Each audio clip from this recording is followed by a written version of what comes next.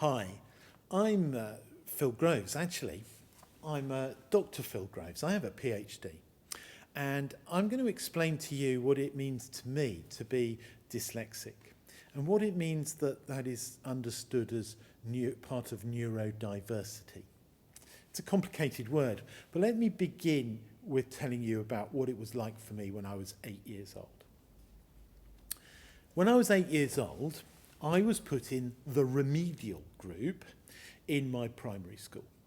A little group of us who couldn't read very well, and we couldn't spell very well, so we were given easy words. We were on a special desk, and we were basically asked to just get on with it.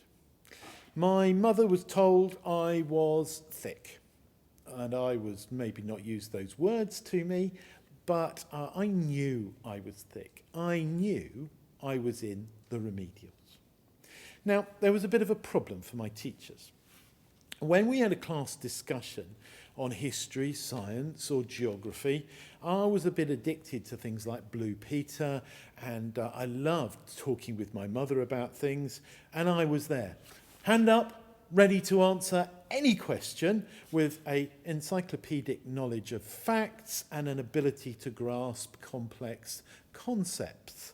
So this baffled my teachers, so they changed the story. I wasn't thick, I was lazy. I was willfully naughty. My mother was shown a page of utter mess of maths. Complex maths for the child of my age, and my mother was shown just how bad I was. My mother looked through it and said, he has got all the answers right, and you've only given him 5 out of 10.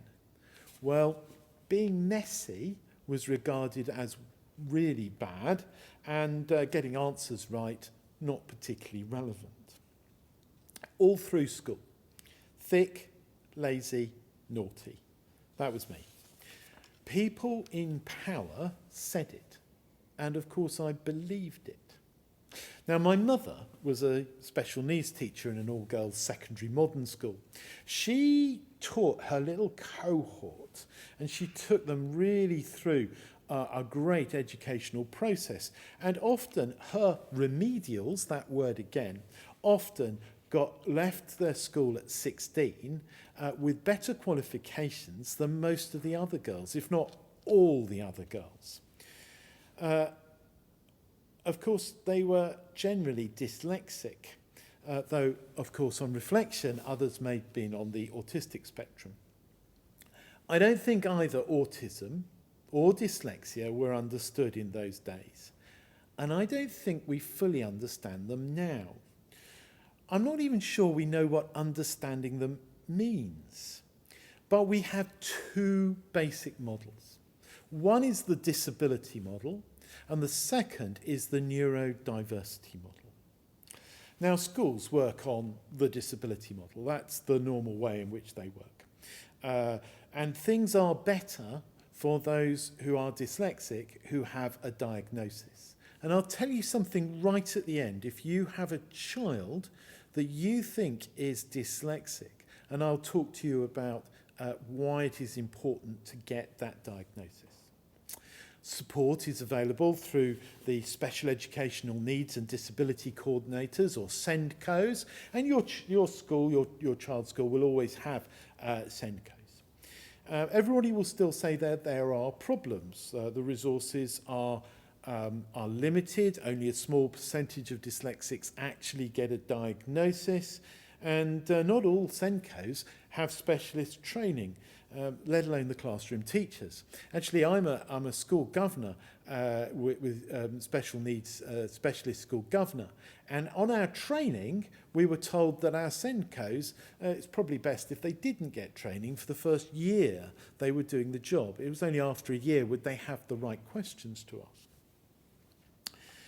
The thing is, this disability model is only one side of dyslexia.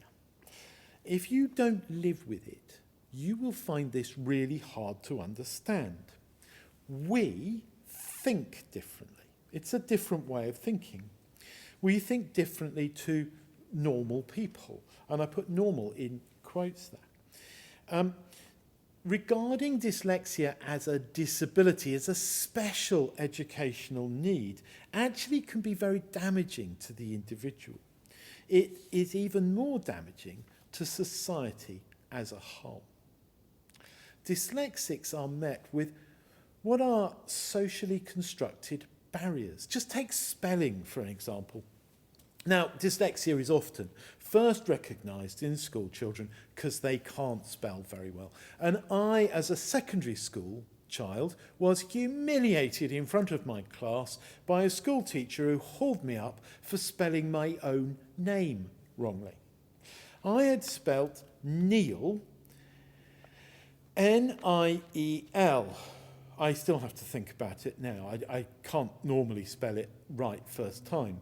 It's obvious because I was drummed into me that if you want to make the letter the letters I-E turned into E, it is I before E, except after C.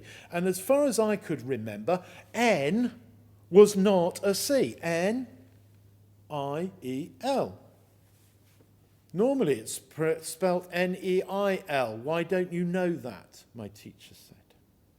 Frankly, it could be N-E-E-L or N-E-A-L, whatever.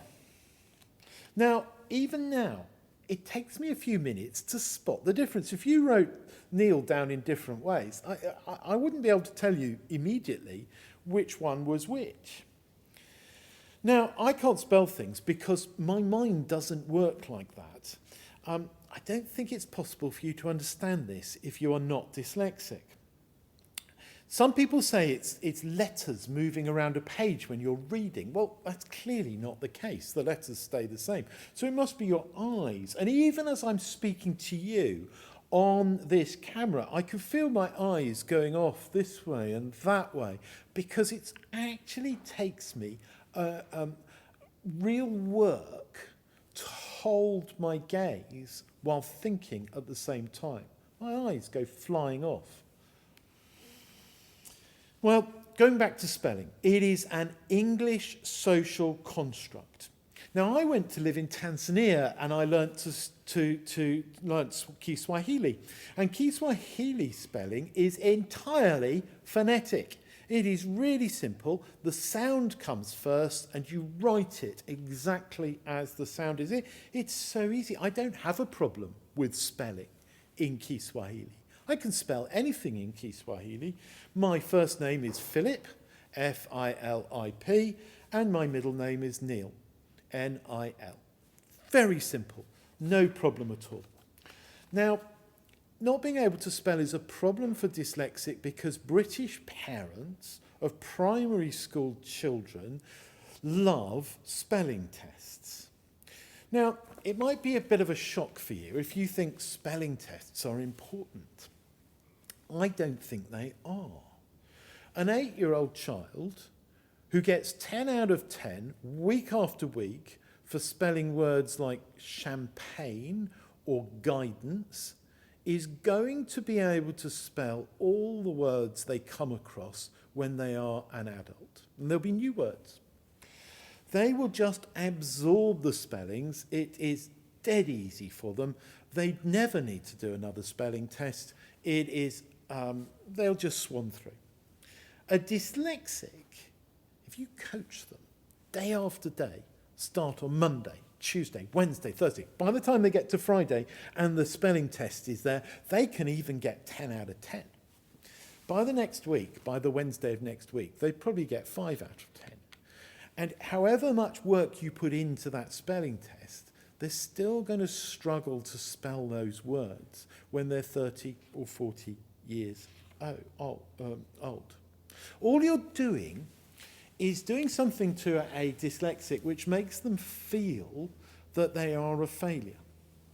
It makes them see somebody who is just swanning through a test they do every week, and they are feeling, I am thick, lazy, naughty. And so it is an example of a social construct. Disadvantages people whose minds don't work that way.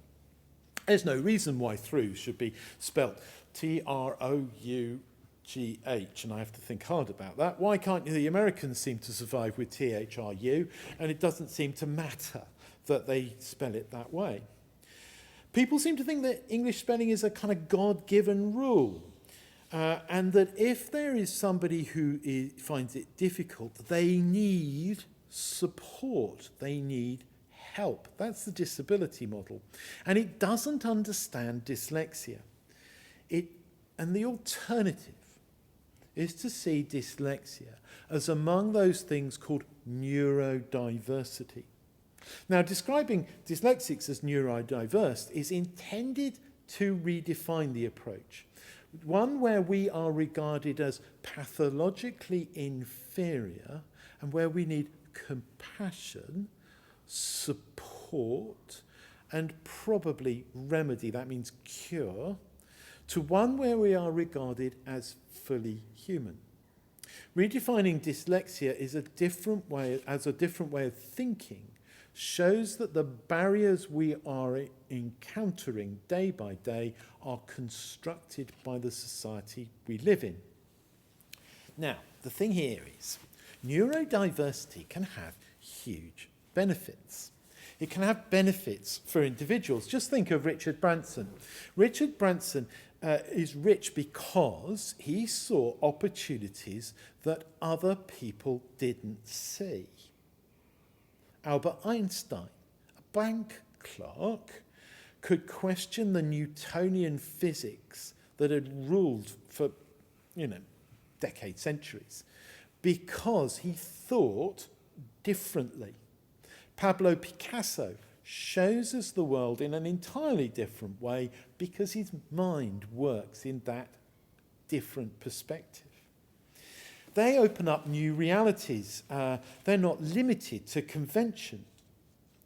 Now, often dyslexics work independently. They don't conform and they're alienated from established groups. But they didn't make their achievements despite being dyslexic. They achieved because they were dyslexic. They were released from all kinds of conventions of normal thinking, and so they had an advantage. Groups being asked to solve difficult problems have a significant advantage if among them there are people who think differently. Now, when I'm given a problem, when we're given a problem, we're often asked to think outside the box. Now, my problem is I can't see the box, but actually that's an advantage because I can't see the box. I think outside it, but the normal person sees the box and dismisses some of the ideas that I have. Now, there's a neurodiversity advocate called John Elder Robinson, and John says if 99% of the neurological... So let me read that again. If 99 neurologically identical people fail to solve a problem, it's the 1% fellow who's different who holds the key. It's not a majority thing that helps you solve the problem. It's the one person out of 99 that can hold the key. Of course, dyslexics, we're probably about 10%, possibly even up to more than that, of the population. So you're actually, but it's still a minority view. Now, he goes on. That person may be disabled or disadvantaged most of the time. What he means by that is, if the social constructs mean that that one person with the 99 others is so regarded as someone who is in need of compassion and help and support, they will not be listened to. So dyslexics bring great gifts to society. And even better than that, we're really good at crossing cultures. We know what it is to go from one culture to another because our brains are almost like a separate culture. And we live in a culture shaped by a different dominant group, that is, those who are not dyslexic. We know what it is to be an unseen minority. We can embrace cultural diversity. It gives us the ability to listen and to empathise. So groups formed solely from dominant cultural groups lack the ability to hear what is said by others, and they will then speak for them. We've seen this in the area of race in this country. The white groups, dominant white groups, will start pronouncing on what racism is and what it is to be a black or an Asian person in British society. They don't know. They don't know how to hear and listen, and you can't speak for people. We know that. We're dyslexic. Now, not every group, when you've got a problem, will be able to embrace the membership of all the diversity that we encounter in the world today. But dyslexics are important because we are aware of that. We are aware that we are often not listened to. We can bring empathy to a group. So, social constructed barriers to dyslexic flourishing begin with our shaming at school. We are made to feel awful. It continues in the way that people in power judge us and treat us in patronising ways. Our way of seeing the world is often dismissed. When we talk about our dyslexia to people in power, their first reaction is, what kind of software can help you? Do you need different coloured paper? I hear that different styles of font help dyslexics. It is as if we need support. It's all meant kindly, but it is in itself unhelpful. When a dyslexic curate is coming into a parish, let's bring this into the church, often they are offered that kind of support. But what about their training rector? Are they often offered the support to overcome their disability as a non-dyslexic? To understand the world in a different way? Are they able to cope with the creative thinking that will come from someone who can't see the box?